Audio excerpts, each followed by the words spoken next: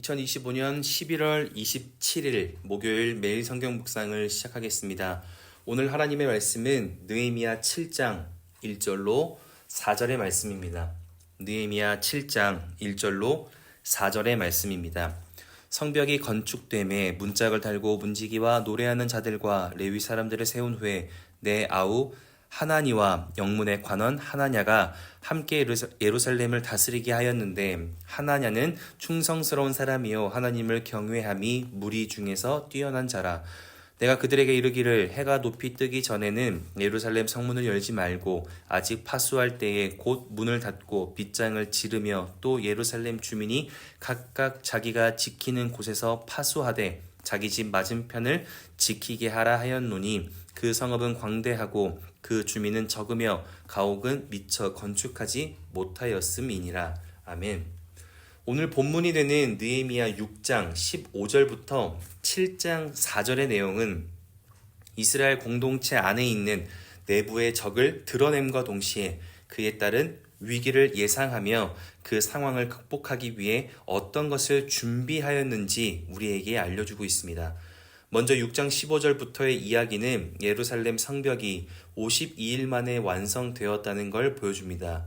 52일이라는 짧은 시간 안에 완공되었다는 것은 정말 하나님의 은혜였습니다. 그래서인가 6장 16절에 보면 우리의 모든 대적과 주위에 있는 이방 족속들이 이를 듣고 다 두려워하여 크게 낙담하였으니 그들이 우리 하나님께서 이 역사를 이루신 것을 알미니라.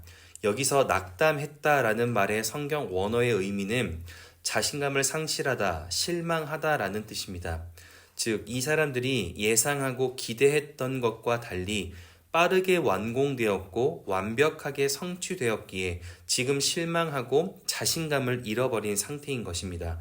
그렇다면 어떤 것을 예상하고 기대하고 있었는가? 먼저 도비아는 결혼이라는 방법을 통해 이스라엘 내부의 소식을 알 수 있던 사람이었습니다. 그래서 17절부터 보면 유다 귀족들이 여러 번 도비아에게 편지하고 도비아도 편지하며 성전 재건하는 과정을 세밀히 파악하고 있었다고 합니다. 공사가 어떻게 준비되어지고 내부적으로 어디에서 문제가 있는지 그 시기와 상황을 파악하여 그에 맞게 영향력을 행사하며 방해할 수 있었기에 반드시 실패할 것이라 생각했습니다. 그래서 무너지고 실패하기만을 기다리고 있었는데 52일 만에 완공되었으니 자신감을 잃고 실망하게 된 것입니다. 말씀을 통해 먼저 기억해야 하는 것은 하나님이 맡기신 사명과 하나님의 일을 할 때에 반드시 방해가 일어나는데, 그 방해는 외부에서 찾아오는 방해이든 내부에서 찾아오는 방해이든 그 모든 방해는 결국 죄에서 시작한다는 것입니다. 느헤미야가 어떤 죄를 지어서 방해가 발생했다는 말이 아니라 느헤미야의 주변 사람들이 이 정도는 괜찮다는 것으로 죄를 지었고 그 죄를 타고 하나님의 일이 방해를 받는다는 것입니다. 그래서 우리가 어떤 일을 하든지 특히 주님의 일이라고 하는 사명과 사역을 감당할 때 나의 죄도 조심해야 하지만 함께하는 사람들의 죄도 살필 줄 알아야 합니다. 왜냐하면 하나님의 일하심이 그 죄로 인해서 방해받고 문제가 생길 수 있기 때문입니다. 그러나 우리는 어떤 일을 진행할 때 나의 모습만을 기준하여 생각할 때가 많습니다. 내가 부정한 의도나 욕심에 의해서 이 일을 진행하는 것이 아니라 거룩하고 정직하게 하려고 했으니 나에게는 문제가 일어나지 않을 것이라고 생각하는 것입니다.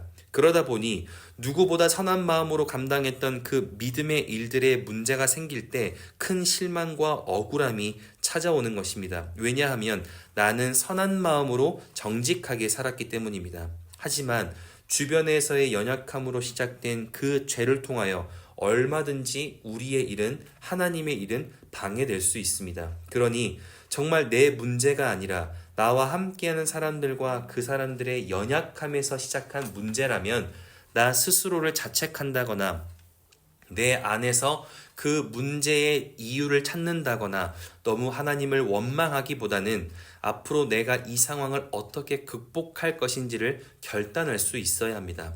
그리고 그 방법을 오늘 느헤미야가 소개하고 있는데, 그 방법은 확실한 사람을 세우는 것입니다. 무슨 말인가?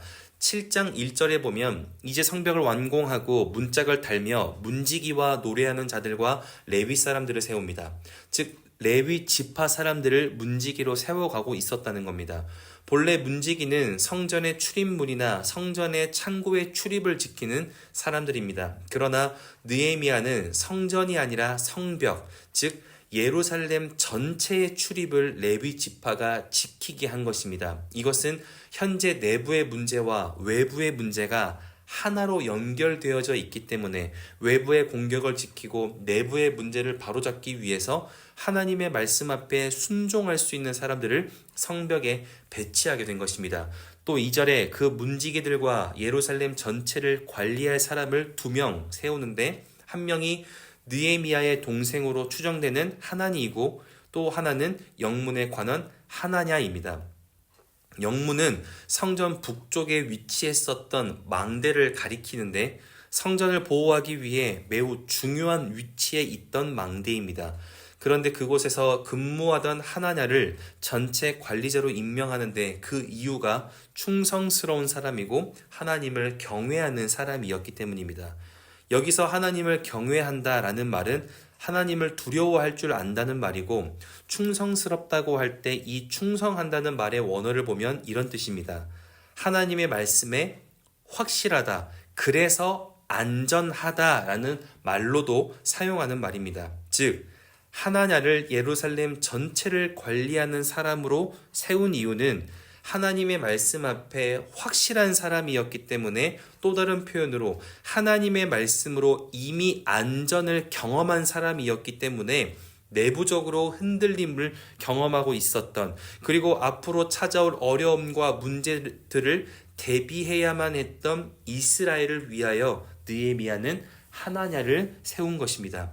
결국 말씀이 우리에게 이야기하는 것은 우리의 삶의 안전은 결국 내가 먼저 하나님의 말씀 앞에 확실한 사람, 즉 하나님의 말씀으로 안전을 먼저 경험할 때 우리의 삶을 지킬 수 있다는 것입니다.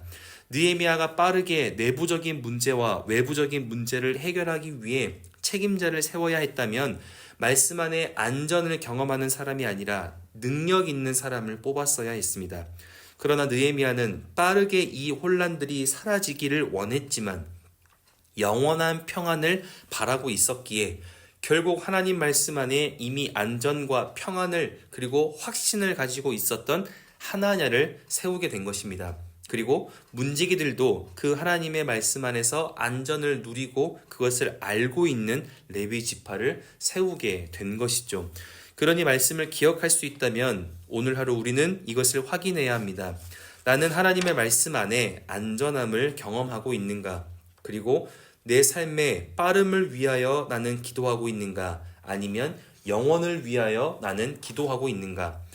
오늘 본문의 말씀처럼 우리는 맡겨진 사명을 감당할 때 그리고 내 삶의 자리에서의 믿음의 모습을 지키고자 할 때 내부적인 문제와 외부적인 문제가 일어날 수밖에 없습니다. 이것은 꼭 나의 잘못으로만 일어나는 것이 아니라 누군가의 연약함으로 만들어진 그 죄를 통하여 발생하기도 하는 것입니다. 그러니 모든 문제들의 근거와 책임을 나에게서 찾을 이유가 없습니다.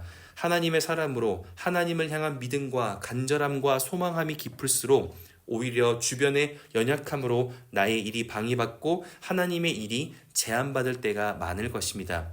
그러니 우리는 억울할수록 그리고 답답할수록 빨리 해결할 수 있는 방법을 찾습니다. 하지만 빠르게 해결된 일은 또다시 다른 형태로 찾아온다는 것을 놓쳐서는 안 됩니다. 그러니 우리는 어떤 어려움이 있을 때 쉽지 않은 결단이지만 하나님 말씀 안에서의 안전을 내가 믿고 확신할 수 있도록 말씀 안에서의 안전함을 경험하게 해달라고 먼저 기도할 수 있어야 합니다. 그것이 우리의 삶을 영원히 지켜주고 영원한 안전을 통하여 우리는 더 이상 같은 문제로 또 좌절하지 않을 수 있기 때문입니다.